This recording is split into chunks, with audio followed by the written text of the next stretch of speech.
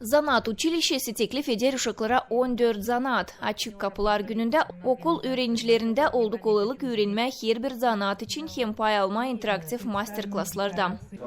Ben pek beğendim. Burada pek interesi var. İpe güzel işlenkisine burada böyle küçük yazılar bir şey ama yaptı güzel paskıcıklankisine biz kelimemizi düzdük. Ben pek meraklandım. Ben bilmedim hani burada bence olsun böyle interes. Biz geldik училищене. Burada gösterdiler çok profesyoneller. Pek beğendim. Belki de geleceğim buraya öğrenmeye.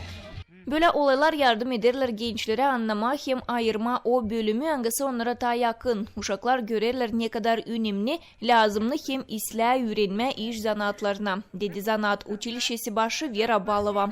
Mühün teklif ediyoruz. Niye bile bizim çocuklar yapma? Kim öğrendi 1 yıl, kim 2 yıl öğrendi, kim 3. yıl öğreni. Göstersinler hani burada çok iş var öğrenme. Bitirdiğinde bizim şkolaya varınca işe bir gitme, kazanma para. Çok bilerle yapma.